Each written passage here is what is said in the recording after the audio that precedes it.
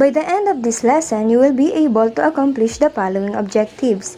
First, evaluate the determinant of n multiplied by n matrix. Second, know other methods, particularly the pivotal and chaos method for solving a determinant. The third one is to explain the methodology of finding a determinant.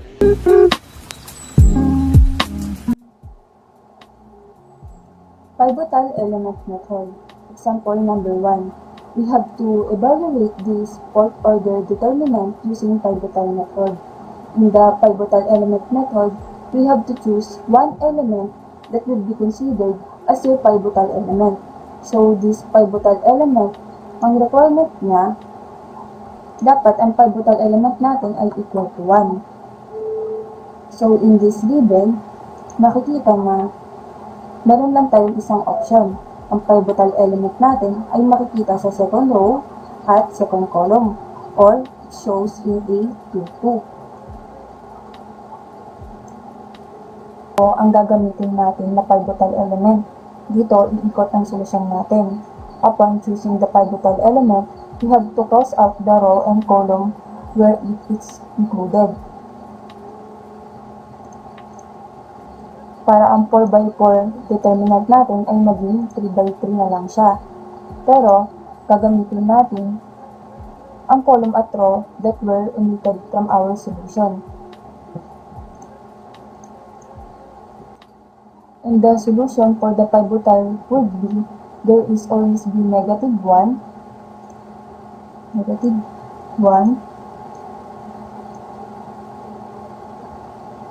raised to the sum of the position of the pivotal element. So, our pivotal element is at A22. Therefore, this would be negative 1 raised to 2 plus 2. Multiply this by determinant n minus 1 determinant. So, we have 6, 2, and negative 2. 6, 2, and negative 2. Maglagay tayo dito ng space kasi may ilalagay pa tayo dito. And we have 2, 4, and 2.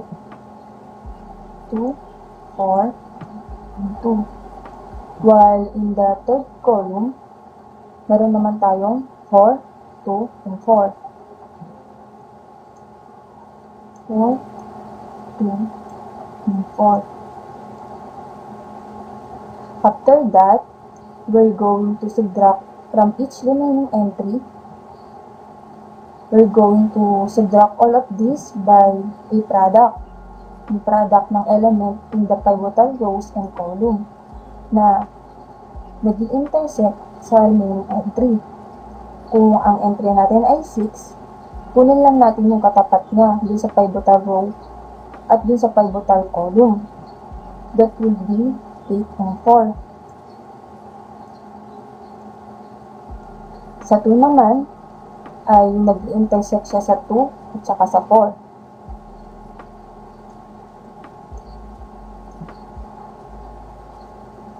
While sa negative 2, nag-intersect naman siya sa 4 at 4.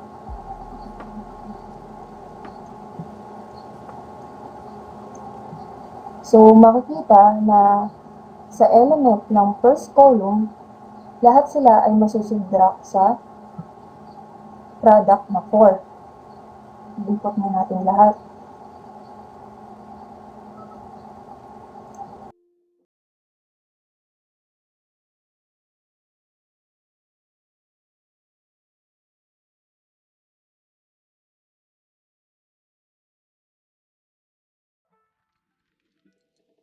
So, katapos natin input lahat, i-simplify natin ito. Negative 1 raised to 2 plus 2 is equal to 1. Multiply by the remaining 3 by 3 determinant. So, that is 6 minus 32 is equal to negative 26. 2 minus 8 is equal to negative 6.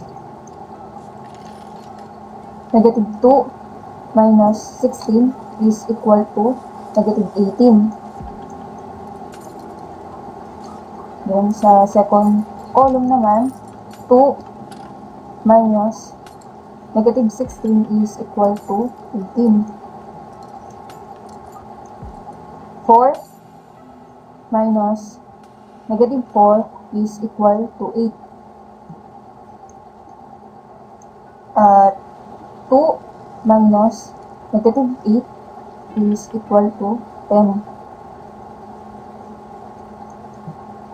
Sa third column naman, 4 minus 24 is equal to negative 20.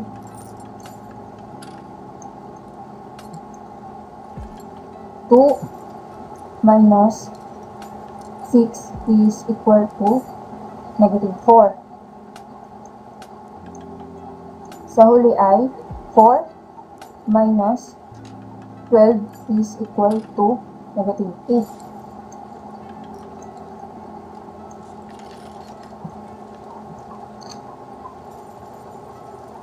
Then, let's proceed to the simplification of determinant. Solve natin ang determinant natin na 3 by 3. Copy natin yung first at second column. Negative 26, negative 6, negative 18. First column. Sa second column naman ay 18, 8, at 10. Then, i-multiply natin yung ito diagonal. So, ito first, gawin natin dito. Ito. Tapos naman ay sa opposite direction, which is ito, saka ito. So, first, negative 26 multiplied by 8 multiplied by negative 8 is equal to 1,664.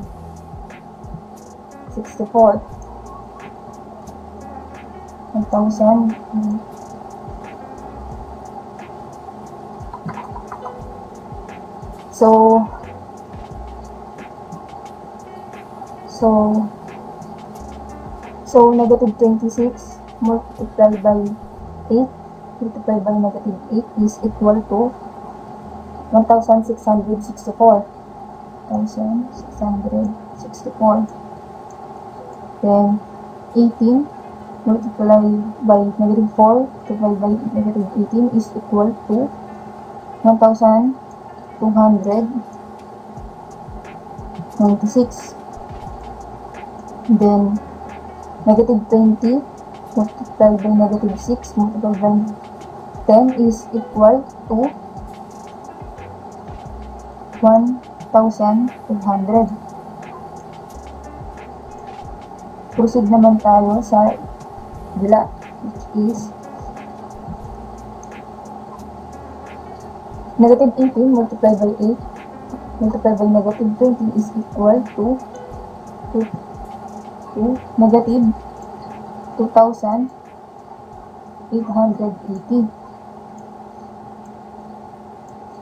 Then 10 multiplied by negative 4 multiplied by negative 26 is equal to 10, 1040. Lastly is negative 8 multiplied by negative 6 multiplied by 18 is equal to 864.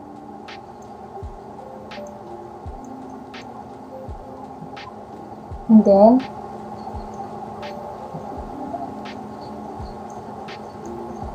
i-plus natin to.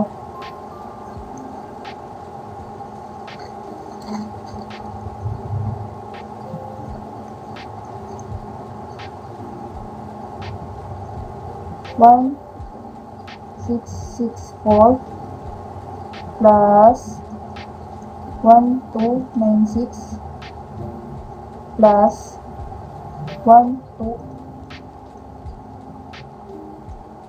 minus 2880 plus 1040 plus 864 is equal to negative 624.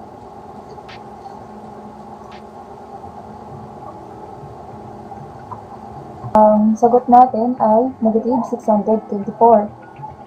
Multiply pa natin siya sa naiwan dito, which is yung 1.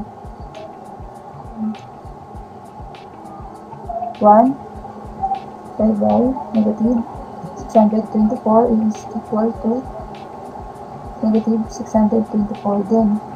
So, ang sasagot natin sa 4/4 determinant natin ay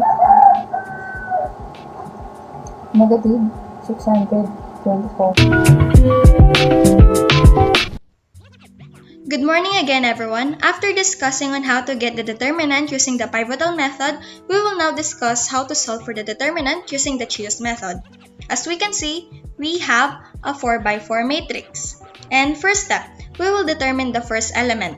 In this case, the first element is 2, this 1. We will now apply the formula, which is 1 over the first element raised to n minus 2, where our first element is equals to 2. And since this is a 4x4 matrix, our n is 4.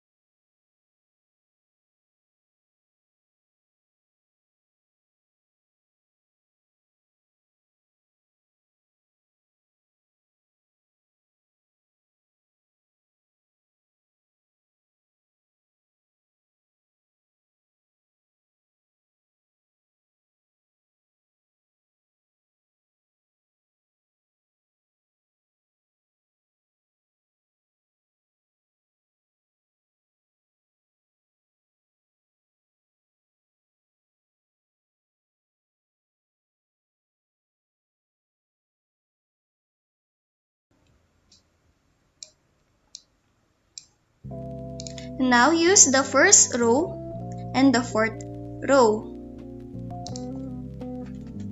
So we have 2 and negative 3, and use this 1 and then 1. Again, the 2 and negative 3, and 0 and 0. this 0 and 0. And 2 and negative 3. In the fourth column, we have negative 1 and 4. Negative 1 and 4.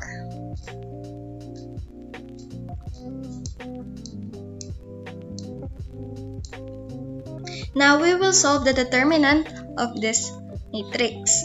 So 2 times negative 2 minus 3 times 1 is equals to negative 7. Negative 7. 2 times 1 minus 3 times 0 is equals to 2. And 2 times 0 minus 3 times negative 1 is equals to 3. And 2 times 4 minus 1 times 1 is equals to 7. And 2 times negative 2 minus 1 times 0 is equals to negative 4. Then 2 times 2 minus 1 times negative 1 is equals to 5. And 2 times 1 minus negative 3 times 1 is equals to 5. Then 2 times 0 minus negative 3 times 0 is equals to 0. And 2 times 4 minus negative 3 times negative 1 is equals to 5. We now have a 3 by 3 matrix. And don't forget this one. So 1 all over. So 4 minus 2 is equals to 2, and 2 raised to 2 is equals to 4. Use the same formula again, which is this one, the 1 over the first element raised to n minus 2, using this matrix. So again, 1 over 4, this 1 over 4, we will multiply it to the 1 over, our first element is negative 7, so we will use negative 7. And since this is a 3 by 3 matrix, we will raise it to 3 minus 2, which is a constant. And same to what we did earlier, we will just repeat this 1 using this matrix, this 3 by 3 matrix. So it will be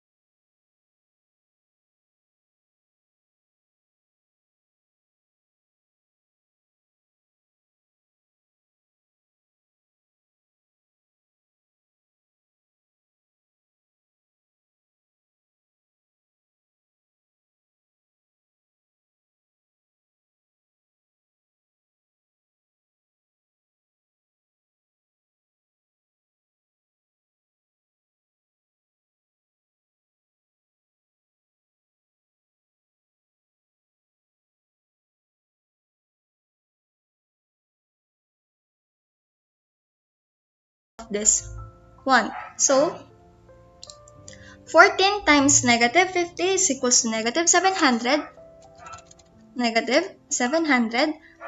and minus negative 10 times negative 56 is equals to 560. This will be equals to negative 1,260. So, negative 1,260 will be multiplied by negative 1 over 28. Negative 1 over 28. So, negative 1 over 28 times negative 1,260 would be equal to 45. So, our final answer is 45. The determinant of this matrix is equals to 45.